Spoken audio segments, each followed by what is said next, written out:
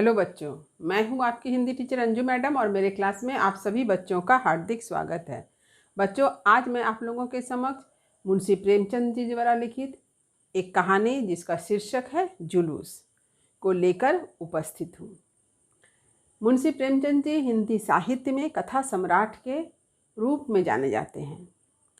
इनकी 300 से अधिक कहानियाँ मानसरोवर में संग्रहित है, जो कि 8 भागों में है।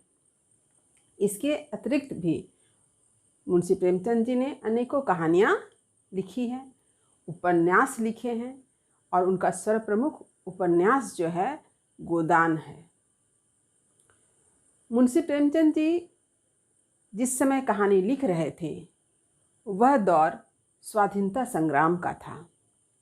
हमारे देश में अंग्रेजी शासन के खिलाफ आंदोलन चल रहे थे।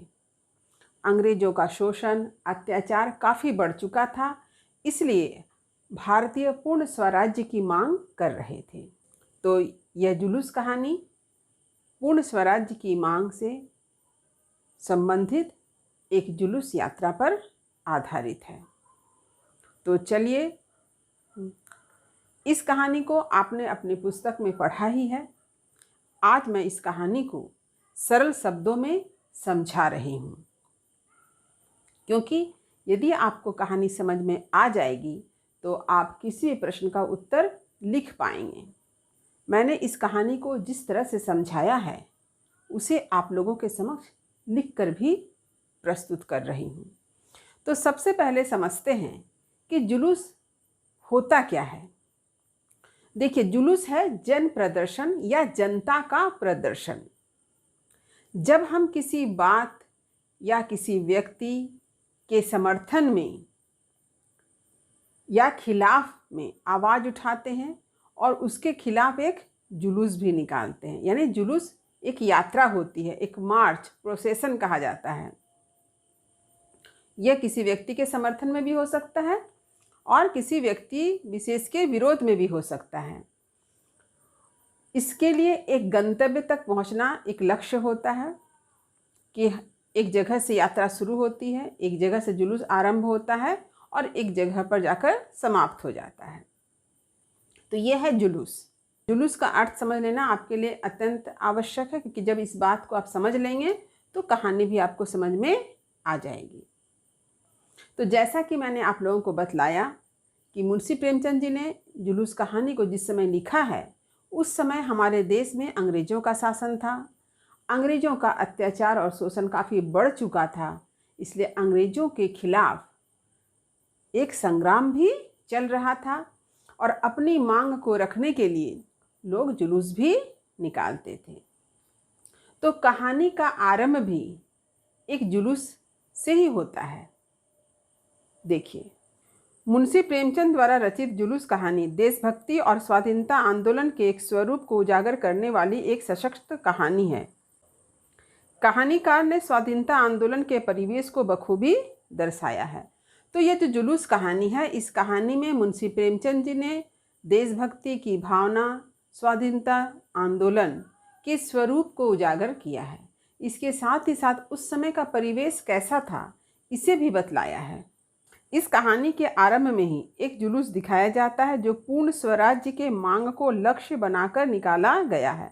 तो जैसा कि मैंने आप लोगों को बताया था कि जुलूस किसी लक्ष्य को लेकर के या किसी बात को लेकर या किसी के समर्थन में निकाला जाता है। तो यहाँ पर जुलूस किस बात पर है? पूर्ण स्वराज्य के मांग को लेकर के ही यह जुलूस निकाला गया है। अंग्रेजों के शोषण नीति व अत्याचार के खिलाफ यह जुलूस निकाला गया है। इस जुलूस का नेतृत्व कर रहे हैं इब्राहिम अली। तो यह जुलूस जो है पूर्ण स्वराज्य के मांग को लक्ष्य बनाकर निकाला गया है। इसके साथ ही साथ अंग्रेजों के शोषण नीति, अंग्रेजों के अत्याचार की नीति के खिलाफ भी यह जुलूस निकाला गया है। और इस जुलूस का नेतृत्व कौन कर रहे हैं? इब्राहिम अली। यानी इब्राहिम अली के मार्गदर्शन में ही यह जुलूस निकाला गया है। इब्राहिम अली महात्मा गांधी जी के विचारों के समर्थक हैं। तो इब्राहिम अली जो इस जुलूस के नेता हैं, वे किससे प्रभावित हैं? महात्मा गांधी जी के विचारों से प्रभावित हैं।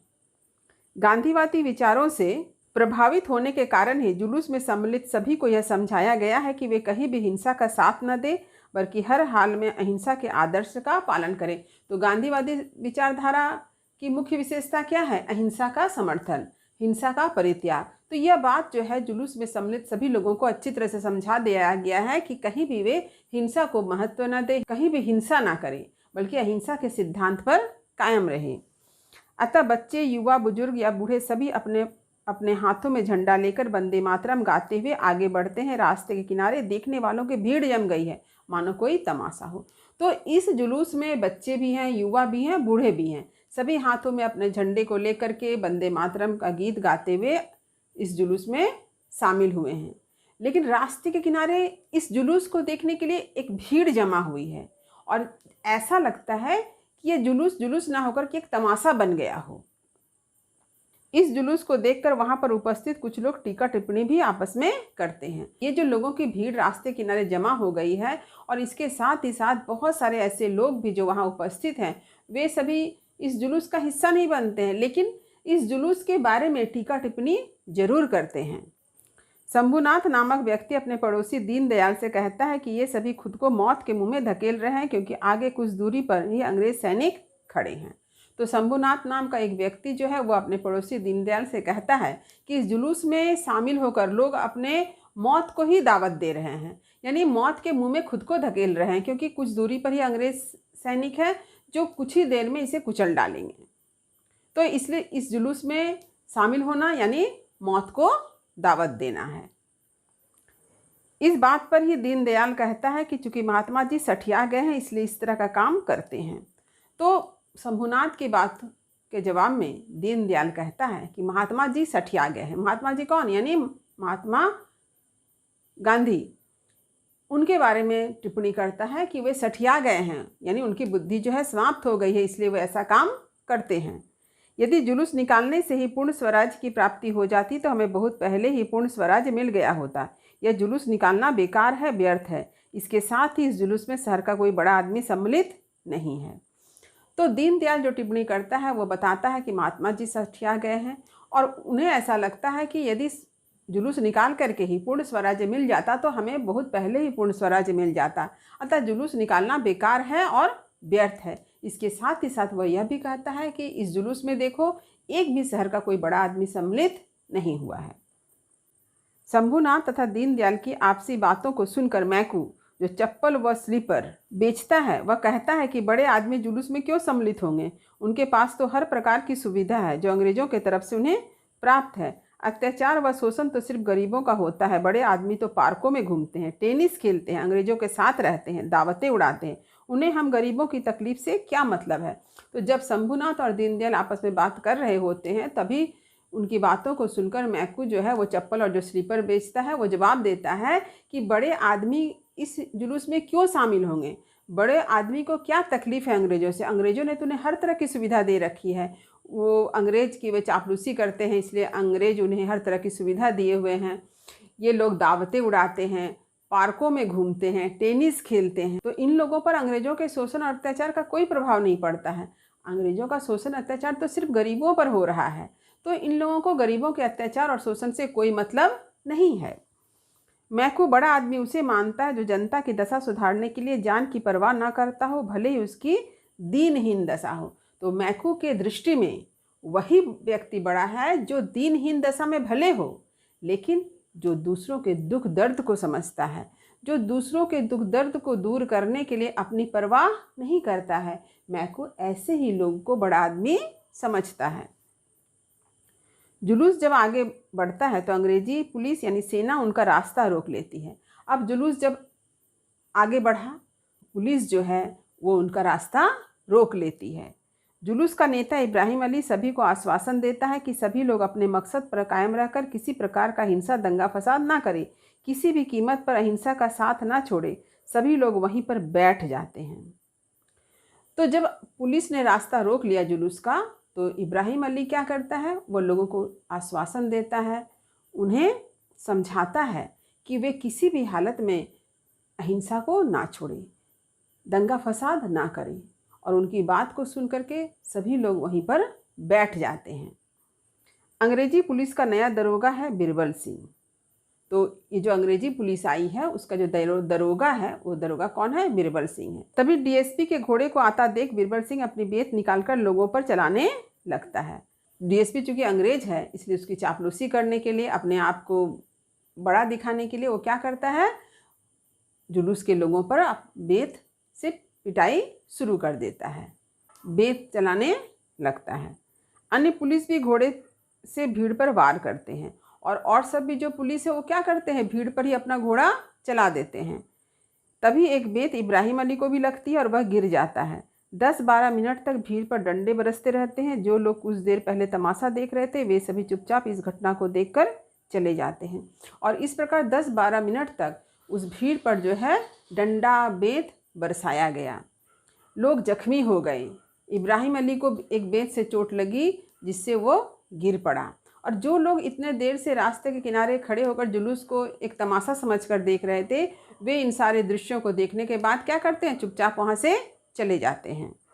भीड़ घायल होने पर भी धीरे धीरे आगे बढ़ती जाती है, उनका उत्साह बढ़ता जाता है और भीड़ जो है इतने डंडे खाकर, इतने बेत की मार खा करके भी क्या करती है, भीड़ धीरे धीरे करके आगे बढ़ रही है।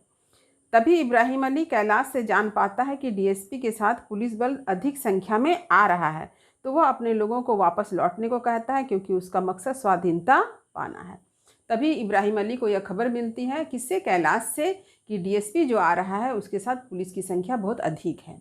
तो वह अपने लोगों से कहता है कि वापस लौट चले क्योंकि इब्राहिम अली का उद्देश्य क्या था, स्वाधीनता पाना, पूर्ण स्वराज्य की मांग। परिणाम स्वरूप सब लौट जाते हैं। इब्राहिम अली वापस लौट तो गए पर उन्होंने सबसे बड़ी चीज़ हासिल कर ली, वह थी लोगों की सहानुभूति, समर्थन। और इब्राहिम अली अपने लोगों को किसी प्रकार की हानि पहुंचाना नहीं चाहता था, इसलिए वो वापस लौट जाता है। और सबसे बड़ी बात कि इब्राहिम अली ने जो चीज़ हासिल की वह था लोगों की सहानुभूति और समर्थन, जो उसने इस जुलूस के बाद पाया। इस घटना के 3 दिन बाद बिरबल सिंह अपनी पत्नी मिट्ठन से इस बारे में, यानी जुलूस को आगे बढ़ने से रोकने वाली घटना का जिक्र करते हैं तो मिट्ठन उसे समझाती हुई कहती है कि जुलूस पर डंडे और बेत नहीं चलाना चाहिए। तो इस घटना के, यानी जुलूस को जो रोका गया, जुलूस पर जो डंडे और बेत बरसाए गए जिसमें इब्राहिम अली घायल हो गया, बहुत सारे लोग घायल हो गए, इस घटना के 3 दिन बाद की घटना है कि बिरबल सिंह अपनी पत्नी मिट्ठन से इसी जुलूस का जिक्र करता है कि किस प्रकार उसने जुलूस को आगे बढ़ने से रोका। तब उसकी पत्नी उसे समझाते हुए कहती है कि उसे जुलूस पर, यानी भीड़ पर किसी प्रकार से डंडे और बेत बरसाने नहीं चाहिए था। यदि संभव था तो इसे रोकने का प्रयास करना चाहिए था। यदि संभव था तो बिरबल सिंह उसे रोक सकता था। अंग्रेजों का साथ देकर तरक्की तो मिल जाएगी, पर उस तरक्की का क्या फ़ायदा जो अपने ही देश के लोगों, भाइयों का खून बहाकर मिला हो। तो मिट्ठन का यह मानना है कि हो सकता है बिरबल सिंह के इस कार्य से बिरबल सिंह को तरक्की मिल जाए कि उसने जुलूस को आगे बढ़ने से रोका, लेकिन उस तरक्की का क्या फ़ायदा है जो तरक्की अपने भाइयों का, अपने देशवासियों का खून बहाकर मिला हो। इस तरक्की से, इस उपलब्धि से कोई फ़ायदा नहीं है, इसका कोई महत्व नहीं है। तभी एक सरकारी चिट्ठी बिरबल सिंह के पास आती है तो मिट्ठन व्यंग करती हुई कहती है कि शायद यह चिट्ठी बिरबल सिंह की तरक्की के लिए हो। उस चिट्ठी में पुनः उसे एक जुलूस के साथ रहने का हुक्म था। तभी बिरबल सिंह के नाम एक सरकारी चिट्ठी आती है जिसे देखकर मिट्ठन जो है पुनः व्यंग करके कहती है कि शायद उससे तरक्की का ऑर्डर मिला हो। और यह तरक्की क्यों होगी, क्योंकि उसे एक जुलूस के साथ फिर से रहने का हुक्म मिला था। मिट्ठन की बातें उसके हृदय को चुभती है। वह सोचता है कि उसमें भी देश के लिए प्रेम है, पर वह है पुलिस दरोगा। तो मिट्ठन ने जो बातें कही है, इस बात को सुनकर बिरबल जो होता है वह अत्यंत आहत होता है। वह सोचता है कि उसके मन में भी तो देश के लिए प्रेम है, लेकिन वह करे तो क्या करे, वह तो अंग्रेजी मुलाजिम है, अंग्रेजी सरकार के अंतर्गत वह एक दरोगा है। तभी बाजे की आवाज़ आती है। सभी पुलिस दल तैयार होकर जुलूस के आगे जाते हैं और इसके बाद ही बाजे की आवाज़ सुनाई देती है और जितने पुलिस दल थे सभी तैयार होकर के जुलूस के आगे चले जाते हैं। यह जुलूस एक शहीद इब्राहिम अली के मातम का था। हजारों लोगों की भीड़ थी। अगणित कंठों से वंदे मातरम का नारा सुनाई देता था। तो यह जुलूस किसका था? यह जुलूस था जो बूढ़ा इब्राहिम अली का, जो पुलिस के डंडे खाकर शहीद हो गया था। कब? जब उसने पूर्ण स्वराज की मांग के लिए एक जुलूस निकाला था। तो यह एक शहीद के मातम का जुलूस था और हजारों हजारों लोग अपने कंठों से वंदे मातरम का नारा लगा रहे थे। शहीद इब्राहिम अली की यह अंतिम इच्छा थी कि मरने के बाद गंगा स्नान करवाकर ही दफनाया जाए और उसके मजार पर स्वराज का झंडा फहराया जाए। जो भी इब्राहिम अली की शहादत की खबर सुनता उसके दर्शन करने दौड़ा आता है। सभी की आंखें आंसुओं से लाल थी। लाखों लाखों लोग उस जुलूस में इकट्ठा हो गए थे। तो शहीद इब्राहिम अली की अंतिम इच्छा क्या थी कि उसे जो है गंगा में स्नान करा के तभी उसे दफनाया जाए और उसके मज़ार में देश का झंडा यानी स्वाधीनता का झंडा फहराया जाए। तो इसलिए लोग उसे नदी के किनारे ले जा रहे हैं। जो भी इब्राहिम अली की शहादत की खबर सुनता है दौड़ा हुआ चला आता है ताकि एक बार उसके दर्शन हो जाए। इस प्रकार जुलूस में जो है लाखों लाखों लोगों की भीड़ इकट्ठा हो गई। सबके आंखों से आंसू बह रहे थे और उनकी आंखें जो है इस प्रकार आंसुओं से लाल हो गई थी। जुलूस की पिछली पंक्तियों में एक कतार स्त्रियों की थी जिसमें मिट्ठन भी थी। सभी स्त्रियां आपस में बातें करते हुए इब्राहिम अली तथा जुलूस पर किए गए पुलिस बल के अत्याचार का जिक्र करती है। तो जुलूस यात्रा जो निकली है उसमें जो पिछली पंक्ति है उसमें एक कतार किसकी है? स्त्रियों की है, जिसमें मिट्ठन भी शामिल है। तो जो भी स्त्रियां आपस में बातचीत कर रही है वो एक ही विषय है कि किस प्रकार बीरबल सिंह ने जुलूस की भीड़ पर अपने डंडे और बेत बरसाए जिसके कारण इब्राहिम अली की मृत्यु हो गई। इस प्रकार सभी स्त्रियां पुलिस के अत्याचार का जिक्र करती हैं। सभी बीरबल सिंह पर कटाक्ष करती है। इस प्रकार स्त्रियां बीरबल सिंह का अपमान करती है जिसे वह सुन नहीं पाता है और इस असहनीय बातों को सुनकर वह पीछे चला जाता है। उसे उसकी आत्मा धिक्कारती है। तो इस प्रकार जो भी स्त्रियां उस जुलूस में शामिल थी वे सभी स्त्रियां किसी न किसी प्रकार से व्यंग करती है, कटाक्ष करती है। किस पर? बीरबल सिंह पर। और बीरबल सिंह जो है इससे बहुत ही आहत होता है। ये सारी बातें उसके लिए काफ़ी असहनीय हो जाती है और इसलिए वो क्या करता है? जुलूस के पीछे चला जाता है। 11 बजे तक जुलूस नदी के किनारे पहुंचता है। सभी लोग रक्त से लथपथ शहीद इब्राहिम अली का अंतिम दर्शन करते हैं। बीरबल सिंह भी उसे देखता है तो आत्मग्लानि से भर उठता है। तो 11 बजे तक यह जुलूस कहाँ पहुंची? नदी के किनारे पहुंची और सभी लोग फिर से खून से लथपथ जो शहीद इब्राहिम अली थे उनका दर्शन करते हैं। खुद बीरबल सिंह भी उसे जब देखता है तो बड़ा ही आहत होता है। वो उसकी आत्मा धिक्कार उठती है। अंतिम क्रिया संपन्न होने के बाद मिट्ठन अपने घर वापस न जाकर शहीद इब्राहिम अली की विधवा पत्नी के पास चली जाती है। और इब्राहिम अली का जब अंतिम संस्कार हो गया तो मिट्ठन क्या करती है? अपने घर नहीं जाती है बल्कि शहीद इब्राहिम अली की जो विधवा पत्नी है उसके पास चली जाती है, उसके घर चली जाती है। बीरबल सिंह के हृदय में तरह तरह के विचार आते हैं। अपराध बोध से ग्रस्त होकर वे अपने अपराध की क्षमा मांगने शहीद इब्राहिम अली के घर पहुंचते हैं। उसके मन में देश के प्रति देशभक्ति की भावना जन्म ले चुकी थी। और इधर क्या होता है कि बीरबल सिंह इन सारी बातों को सोचता है, विचारता है, तो वे अपराध बोध से भर जाते हैं और वे क्या करते हैं? शहीद इब्राहिम अली के घर पहुंचते हैं। क्या करने? उनसे क्षमा मांगने, क्योंकि उनका हृदय परिवर्तन हो चुका था। उसके हृदय में देशभक्ति की भावना ने जन्म ले लिया था। यह देखकर मिट्ठन के हृदय में गर्व, उल्लास व प्रेम का भाव उत्पन्न होता है। और इस प्रकार मिट्ठन जब अपने पति बीरबल सिंह को देखती है कि उसके मन में देशभक्ति की भावना का जन्म ले लिया है और वे अपने गलतियों के लिए, अपने अपराध के लिए क्षमा मांग रहे हैं, तो उसके हृदय में अपने पति के लिए गर्व की भावना का जन्म होता है। उसके मन में अपने पति के लिए प्रेम और उल्लास का भाव जन्म होता है और कहानी यहीं समाप्त होती है। तो उम्मीद करती हूँ कि जुलूस कहानी को जिस तरह से मैंने समझाया है वह आप लोगों को समझ में आ गया होगा। ऐसे भी मैंने सारी बातों को लिखकर आप लोगों को समझा दिया है। आप कहानी को सुनते हुए इस बात को लिख लें, क्योंकि मैं यह सोचती हूँ कि बहुत से बच्चे ऐसे होते हैं जो सुन रहे हैं तो उन्हें लगता है कि सब कुछ याद हो गया, लेकिन जैसे ही कुछ समय बीतता है वैसे ही उसके दिमाग से सारी बातें धीरे धीरे करके निकल जाती हैं। यह हर बच्चे के साथ नहीं होता, लेकिन कुछ कुछ बच्चों के साथ होता ही है। तो उम्मीद करती हूँ कि आप सारी बातों को लिख लेंगे ताकि सारी बात आपको हमेशा के लिए याद हो जाए। वीडियो को लाइक करें, शेयर करें और जो बच्चे मेरे चैनल पर नए हैं वो चैनल को सब्सक्राइब जरूर करें ताकि हर नए वीडियो का नोटिफिकेशन उन्हें समय समय पर मिल सके। तब तक पढ़ते रहिए, जीवन में आगे बढ़ते रहिए। मेरी शुभकामनाएं आप सभी बच्चों के साथ है। धन्यवाद।